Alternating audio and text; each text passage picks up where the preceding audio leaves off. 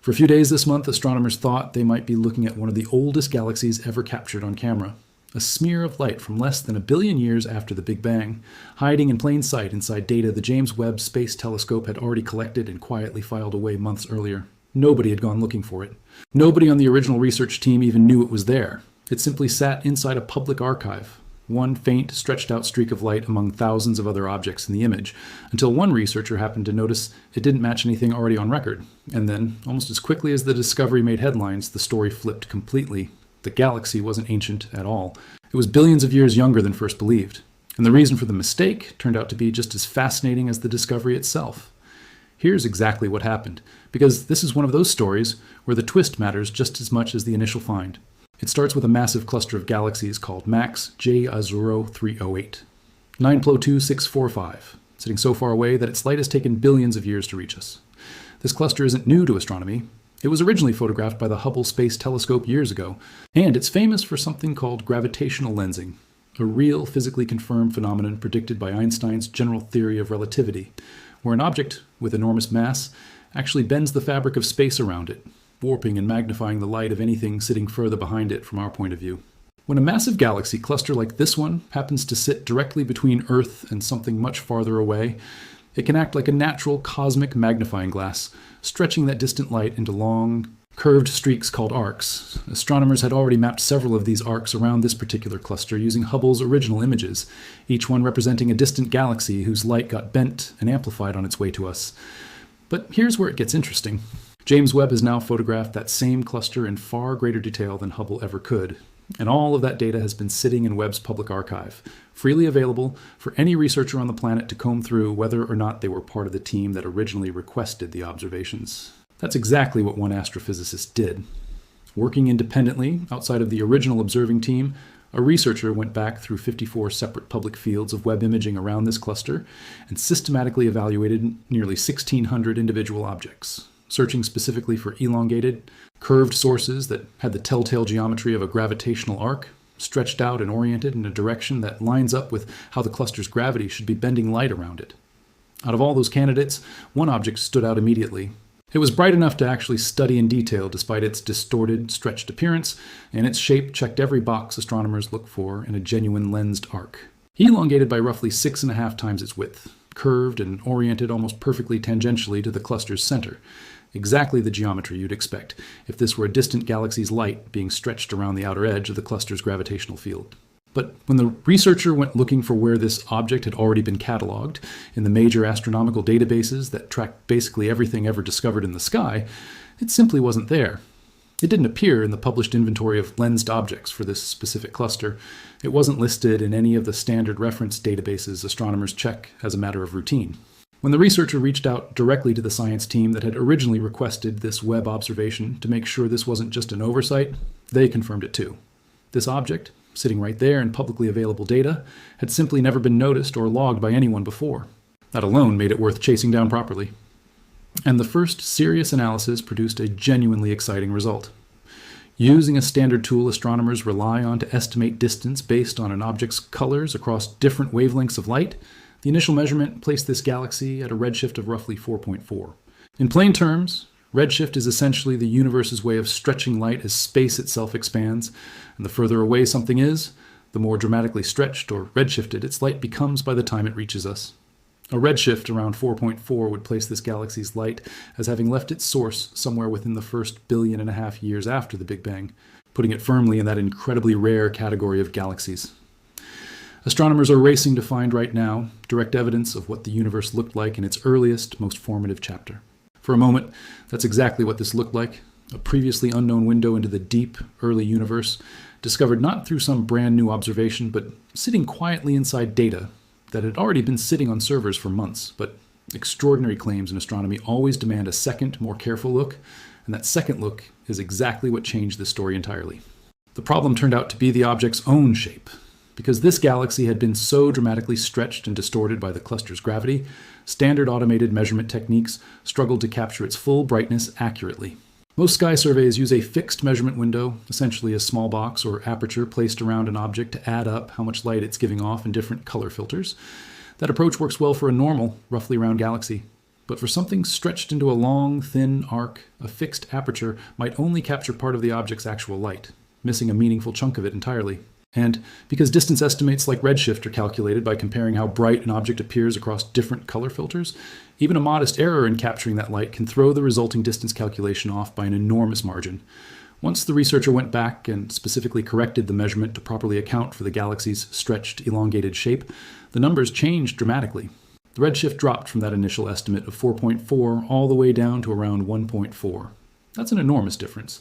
Instead of representing light from within the universe's first 1.5 billion years, this galaxy's light turned out to have started its journey toward us roughly 9 billion years ago, meaning the universe was already more than half its current age by the time this particular light left its source. Still an incredibly distant, genuinely ancient object by any everyday standard, but nowhere near the true early universe discovery it briefly appeared to be. It's worth understanding why astronomers care so much about finding genuinely ancient galaxies in the first place, because it explains exactly why this initial 4.4 redshift reading generated so much excitement before the correction came in. The very early universe, the first billion or so years after the Big Bang, is one of the last major blank spots in our understanding of cosmic history. Before Webb launched, most telescopes simply weren't sensitive enough in the right wavelengths of light to reliably detect galaxies from that period at all. Webb changed that almost immediately after it started collecting data, repeatedly finding galaxies far earlier and far more developed than most models had predicted. Galaxies with fully formed structure, heavy elements, and complexity that many astronomers assumed simply couldn't exist yet that early in cosmic history. Each new candidate from that era helps refine models of how the very first stars ignited, how the first galaxies assembled themselves out of raw hydrogen and helium, and how quickly the universe went from an almost featureless soup of particles to the richly structured cosmos we see today. That's exactly the kind of prize this particular object briefly appeared to be, which is part of why the correction, while scientifically the right outcome, still represents a genuine moment of close but not quite for the field. Gravitational lensing itself deserves a bit more explanation too, because it's doing all of the heavy lifting in this story. The theory goes back over a century to Einstein's general theory of relativity, which predicted that mass doesn't just sit passively in space, it actually curves the space around it. Light traveling near a sufficiently massive object doesn't travel in a perfectly straight line anymore. It follows that curve.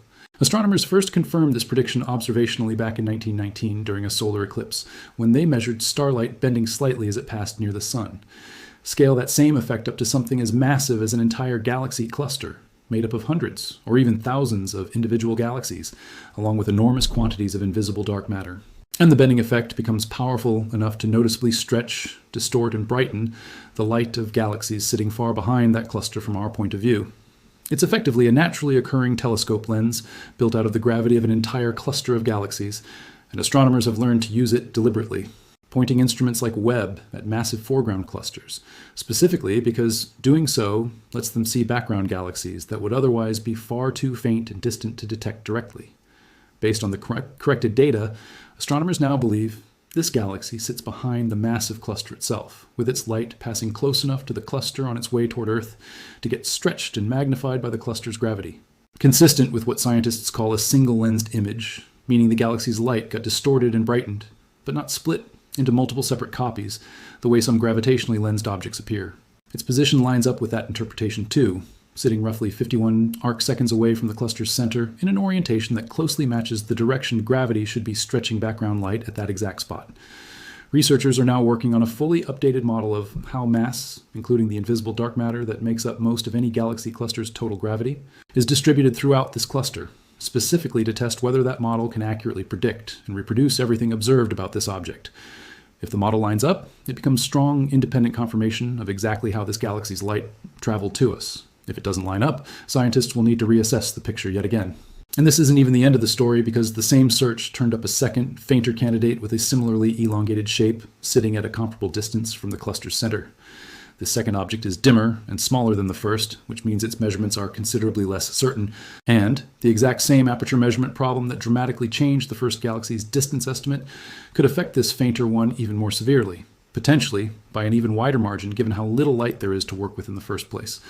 Rather than rushing out a distance estimate that might need to be walked back again later, the researcher has deliberately left this second object's true nature and distance as an open question until the same careful, corrected analysis can be applied to it. It's a candidate for now, not a confirmed discovery, and that kind of restraint is exactly the instinct that helped catch the mistake. with the first object in the first place. A reminder that good science sometimes means being willing to say, we don't know yet, rather than rushing toward the more exciting answer. There's a genuinely important lesson buried inside this entire story, one that goes well beyond just this one galaxy. As James Webb continues generating enormous amounts of extremely deep infrared imagery, and as astronomers increasingly rely on automated systems to sort through and catalog thousands upon thousands of objects in that data, this kind of measurement trap is going to keep showing up. Extended, distorted, or unusually shaped objects, exactly the kind of objects gravitational lensing tends to produce, are precisely the ones most likely to get mismeasured by tools that were originally built with more ordinary, compact objects in mind. That means some of the most exciting-looking early universe candidates showing up in Webb data right now may eventually need the exact same kind of careful, second look this particular galaxy just received. And some of them may well turn out to be closer, more ordinary objects once that closer look happens. But there's also a genuinely exciting takeaway buried in here too, maybe the most exciting part of the whole story. This discovery didn't come from a brand new observation, a fresh pointing of the telescope, or a dedicated research campaign built specifically to find it. It came from an independent researcher going back through publicly available data that had already been sitting on servers for months, examined by other scientists for entirely different purposes, and finding something nobody else had noticed. Webb's public archive is growing constantly, filled with deep, incredibly detailed observations collected by research teams pursuing all kinds of different scientific goals. Once the initial period, where only the original team can access that data, expires, that entire archive becomes available to any astronomer anywhere in the world. And increasingly, that means real discoveries aren't only happening at the moment the telescope captures new light. They're happening months, sometimes potentially years, later, when someone finally goes looking through an old image with a fresh set of questions in mind. That's genuinely a different way of thinking about how a telescope like this produces scientific value over its entire lifetime. Every single deep field Webb captures isn't just answering the specific questions the original research team set out to ask. It's quietly becoming a permanent, searchable record that other scientists can revisit indefinitely, armed with new tools, new questions, or simply more patience to comb through thousands of individual objects one by one. That's genuinely a different way of thinking about how a telescope like this produces scientific value over its entire lifetime. Every single deep field Webb captures isn't just answering the specific questions the original research team set out to ask. It's quietly becoming a permanent, searchable record that other scientists can revisit indefinitely, armed with new tools, new questions, or simply more patience to comb through thousands of individual objects one by one. It's worth remembering just how much data we're actually talking about here too. A single deep field observation from Webb can contain thousands of individual galaxies packed into one image. Most of them never individually studied in detail because research teams are typically focused on answering one specific scientific question when they request a given observation. That leaves enormous amounts of scientifically valuable information essentially sitting untouched inside publicly funded, publicly available archives, which is exactly the gap that independent, archive-based research like this is starting to fill. As more of Webb's early observations pass out of their proprietary period and become fully public, expect more discoveries like this one to surface, not from new telescope time, but from patient, systematic searches through images that have already been sitting there, waiting for the right person to look closely enough. The researcher behind this particular find has described the collaboration that followed almost as a kind of case study for how this process should work. An independent scientist flagging something unusual, the original observing team confirming it hadn't been logged before, and both sides now working together on an updated model to figure out definitively what this object actually is. For now, the official next step is that updated lensing model of the cluster itself, currently being built to test whether the object's position, shape, and brightness line up with what the cluster's combined gravity should actually produce. If the model matches, this galaxy becomes a confirmed, well-understood example of gravitational lensing roughly 9 billion years back in cosmic history. If it doesn't, scientists go back to the drawing board once again, which, if this story has taught us anything so far, is exactly the kind of careful, iterative process that keeps astronomy honest. Either way, the cluster itself benefits because every confirmed lensed object, regardless of how far away it ultimately turns out to be, adds another data point that helps astronomers refine exactly how mass and dark matter are distributed throughout MAC's J3008. 9.2.645, knowledge that in turn makes every future measurement of objects behind that same cluster more accurate.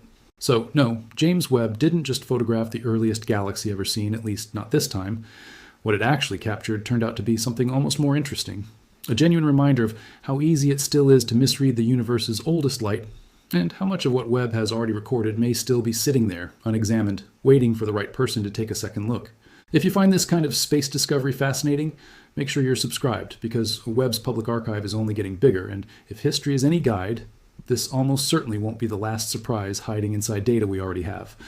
Drop a comment with what you think this galaxy actually turns out to be once the full lensing model comes back, and I'll see you in the next update.